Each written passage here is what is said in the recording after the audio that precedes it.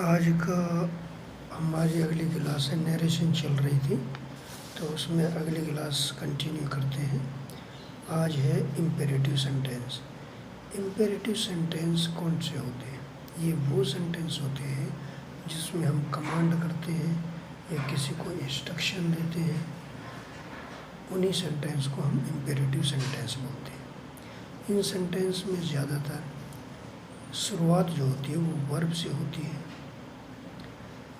और एग्ज़ाम्पल जैसे आएंगे तो आपको आसानी से पता चलेगा। इसमें रूल पहला, सेड टू अगर आएगा सेंटेंस में तो उसको चेंज करके नरेशन में ऑर्डर, रिस्पेक्टेड, फॉरबेड या सजेस्टेड, ये पॉइंट लगेंगे।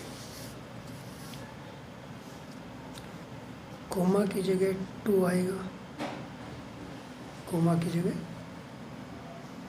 टू आएगा, और टू के बाद में वर्ब की फर्स्ट फॉर्म आएगी। टू के बाद वर्ब की फर्स्ट फॉर्म आएगी।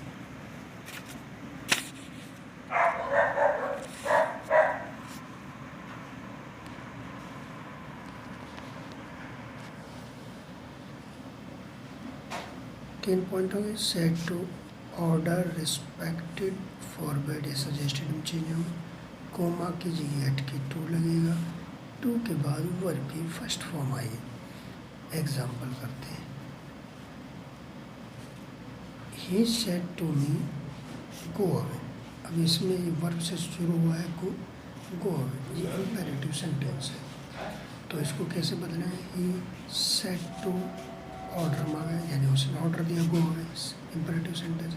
ही ऑर्डर्ड मी, ठीक है, ऑर्डर्ड है इसमें।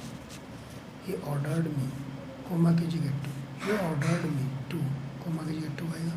ही ordered me to go away, और टू के बाद वर्ब की फर्स्ट फॉर्म आई यानी गो का गो ही आएगा। He ordered me to go away. उम्मीद है समझ में आया होगा। दूसरा example, she said to me do not come here, यहाँ मत आओ। अब ये मना कर रहा है, यहाँ मत आओ, तो मैंने बताया या तो सेड टू ऑर्डर में चेंज होगा, रिस्पेक्ट में चेंज होगा, फॉरवर्ड में चेंज होगा। तो इसने कहा she said to me, she forward me, ठीक है, she forward me, said to forward में आ गया। Do not come here, me आ गया, कोमा की बजाय टू आएगा, कोमा की बजाय टू आएगा। She forward me to come दिया, हियर का दिया में बदल गया, वो सेम ही, टू कम दिया, ये क्लियर हो गया। अगला, इसको ऐसे भी बदल सकते थे, फॉरवर्ड कीजिए, ऑर्डर्ड लिखते हैं, शी ऑर्डर्ड मी। तो अब मना कर रहा तो नॉट आता है, not to come here, she ordered me not to come here. लेकिन यहाँ नॉट के लिए सीधा इकट्ठा फॉरवर्ड मीन्स मना होता है, इसलिए इसी को यूज कर ले, she forward me to come there. तो ये हियर है, यहाँ हियर देयर आया, तो ये हियर का भी मिस स्पेल्ड है, लिखने में दिक्कत हुई है, तो यहाँ देयर आएगा, हियर का देयर।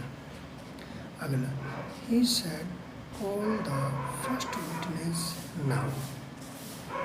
अब इसने कहा call the first witness now, तो किसी को कह रहा है, वो वर्ब से शुरू हो रहा है, इम्पेरेटिव सेंटेंस है।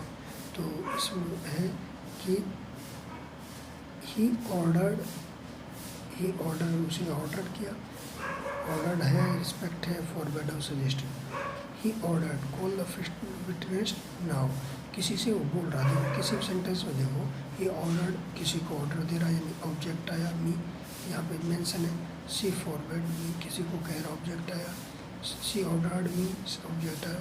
अब यहाँ पे ही सेड, यहाँ पे मेंशन नहीं है, किसी को बोल रहा है, तो वो एजिप्शियन मान लेते हैं। ही ऑर्डर्ड देम, किसी से कहा उसे, ही ऑर्डर्ड देम, कोमा की जगह to call the first witness then. Now then बदलता है, ये मैंने पहले लिखवा चुका हूँ। जो से वर्ड्स नरेशन में चेंज होते हैं, नाउ देन में चेंज होती है। अगला example, she said spread the clothes in the sunlight and do not wash anything else.